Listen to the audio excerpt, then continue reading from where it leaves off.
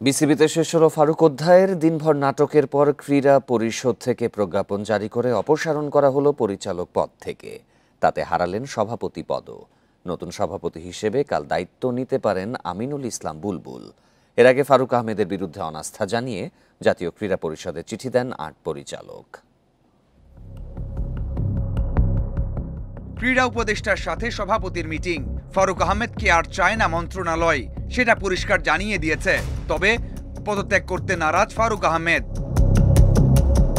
তবে কিভাবে টিকে থাকবেন সেই প্রশ্ন আসছিল বারবার। শেষ বিকেলে প্রকাশ পায় পরিচালকদের সেই অনাস্থা চিঠি। শুধু আকরাম খান ছাড়া বাকি ৮ পরিচালক চান না ফারুক আহমেদ থাক সভাপতি। এরপর হয়তো আর কোনো শক্তি আটকাতে পারবে না ফারুক আহমেদকে।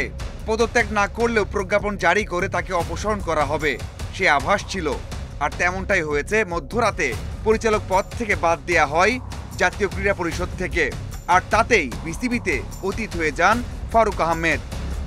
দায়িত্ব নেওয়ার পর থেকে নানা ইস্যুতে বিতর্কিত হয়েছেন ফারুক আহমেদ। বিপিএল দিয়ে শুরু, রাজশাহী চিটাগং ফ্র্যাঞ্চাইজির পেমেন্ট ইস্যু তো আছেই।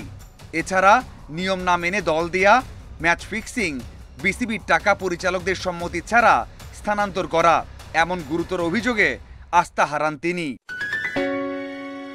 ক্রীড়া মন্ত্রণালয় বিকল্প ঠিক করে রেখেছে। বাংলাদেশের প্রথম টেস্ট সেঞ্চুরিয়ান হচ্ছেন পরবর্তী সভাপতি। দেশের ক্রিকেটের স্বার্থে যে কোনো পদেই কাজ করতে আগ্রহ প্রকাশ করেছেন, যদিও লম্বা সময়ের জন্য হওয়ার সম্ভাবনা কম। সেপ্টেম্বরে হতে যাওয়া নির্বাচন পর্যন্ত থাকার সম্ভাবনা বেশি।